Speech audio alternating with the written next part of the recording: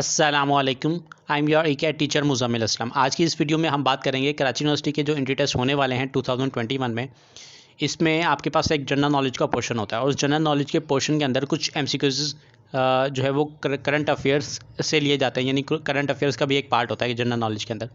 तो current affair से कौन कौन से ऐसे एमसीक्यूज हैं जिनकी बहुत ज़्यादा प्रोबेबिलिटी है कि वो आ सकते हैं, उन तमाम एमसीक्यूज को हम डिस्कस करने वाले हैं। इसीलिए इस वीडियो का मैंने टाइटल जो है वो मोस्ट एक्सपेक्टेड एमसीक्यूज के नाम से रखा है।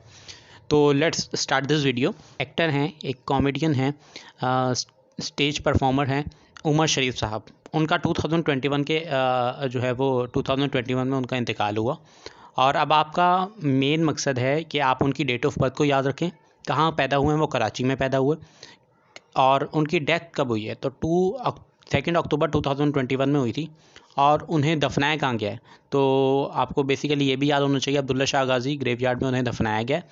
और उमर शरीफ का पहले वो पहले अपने जो उन्होंने अपने कैरियर का स्टार्ट लिया था तो उनका पुराना नाम था उमर ज़रीफ़ साहब, सही है। तो बाद में उन्होंने अपना नाम चेंज कर लिया था और नाम चेंज करके उमर शरीफ साहब यानी उमर शरीफ उनका जो है वो उन्होंने इस नाम से दुनिया उनको अब जानती है, लेकिन पहले जो उनका नाम था वो उमर ज़रीफ़ नाम था। अच्छा, कोविड से रिलेटेड कुछ एमसीक्यूज आ सकते हैं। कोविड से रिलेटेड हम मज़ीद डिस्कस करेंगे, लेकिन टोटल वैक्सीन्स जो हैं वो पाकिस्तान में कितनी आई हैं और कितने कौन कौन सी वैक्सीन हैं जो ट्रायल पर हैं। तो टोटल जो वैक्सीन थी वो 9 वैक्सीन पाकिस्तान में आई थी, जिनमें से 7 वैक्सीन थी जो प्रॉपर्ली जो है वो अलाउ कर दी गई थी पाकिस्तान में, और 2 जो हैं वो ट्रायल के ऊपर हैं। तो टोटल जो थी वो 9 थी। सो थर्ड एमसीक्यूज पर जाने से पहले मैं आप लोगों से रिक्वेस्ट करूंगा कि बेटा आप लोगों को जो पॉइंट्स मैं बताता जा रहा हूँ आप उन्हें नोट डाउन कर लें अपनी नोटबुक में। इससे आपको बेनिफिट ये होगा कि आप जब नोट डाउन करेंगे तो ये पॉइंट्स आपको याद रहेंगे। और बहुत ज़्यादा चांसेस हैं कि ये इनमें से कुछ एमसीक्यूज जो हैं वो आपको जो अपने जनरल नॉलेज के पेपर में आपको दिख रहे होंगे। करंट अफेयर्स के पार्ट में ये एमसीक्यूज आए हुए होंगे।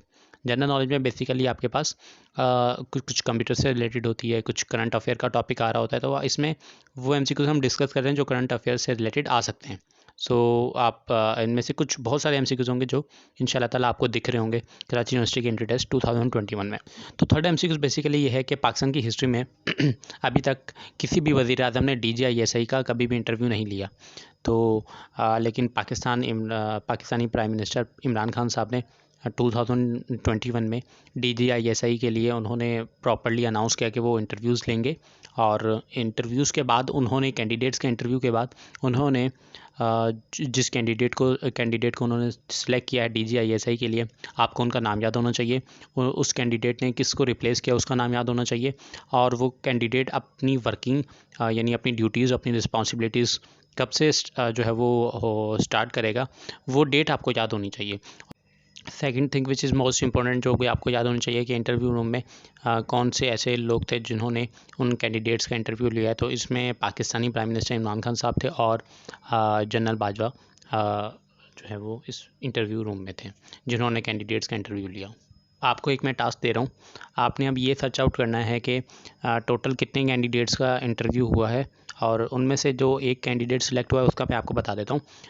जनरल नदीम अंजुम साहब जिनका सिलेक्शन हो चुकी है DGISI के लिए, और वो अपनी कमांड्स या अपनी रिस्पॉन्सिबिलिटीज़ को 20 नवंबर 2021 से स्टार्ट करेंगे। और इन्होंने किसको रिप्लेस किया है? जनरल फैज़ हमीद साहब को रिप्लेस किया है। फोर्थ एमसीक्यूज़ जो कि बहुत ज़्यादा इंपॉर्टेंट है और मोस्ट प्रोबेबली ये एमसीक्यूज़ आ भी सकता है। आप में से बहुत सारे स्टूडेंट्स ऐसे होंगे जिनको इस एमसीक्यूज़ का आइडिया, इसका आंसर जो है वो आंसर का बिल्कुल भी आइडिया नहीं होगा। मैं आपको ये बताता हूँ कि T20 वर्ल्ड कप जो कि शेड्यूल किया गया था खेलने के लिए, तो ये जो है शेड्यूल किया गया था सबसे पहले इंडिया में, सही है। लेकिन इंडिया में कोविड-19 की सिचुएशन बहुत ज़्यादा क्रिटिकल हो चुकी थी, जिसकी वजह से इस शेड्यूल को चेंज किया गया ICC की तरफ से और इसको दुबई में शिफ्ट कर दिया गया। तो अभी दुबई में ये शेड्यूल जो है वो शेड्यूल के अकॉर्डिंग मैचेस खेले जा रहे हैं, जिनमें पाकिस्तान और इंडिया का मैच हुआ जो कि पाकिस्तान ने विन किया। और कितनी विकेट से विन किया है? तो 10 विकेट से विन किया।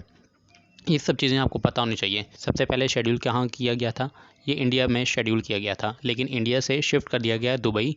और इसकी वजह ये थी कि कोविड-19 की सिचुएशन इंडिया में बहुत ज़्यादा क्रिटिकल थी। So that's all from my side. और हम लोगों ने 4 MCQs को डिस्कस किया, जिनमें से कुछ पॉइंट्स है जो कि हम लोगों ने डिस्कस किए हैं। इनमें से 4 MCQs, ऐसा नहीं है कि ये 4 MCQs हैं, इन 4 MCQs की कुछ पॉइंट्स को हमने डिस्कस किया है और इन पॉइंट्स के अंदर से कुछ MCQs बन सकते हैं।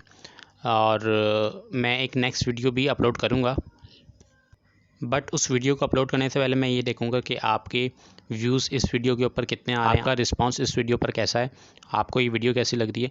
तो ये टोटली आप पर डिपेंड करता है। अब मैं जो हमारी जो क्लासेस चल रही होती हैं, जिसमें हम स्टूडेंट्स को यही करंट अफेयर से रिलेटेड ही गाइड कर रहे होते हैं, तो आई विल सी कि आप लोग इस वीडियो को कितना एंजॉय करते हैं और कितने व्यूज़ आते हैं।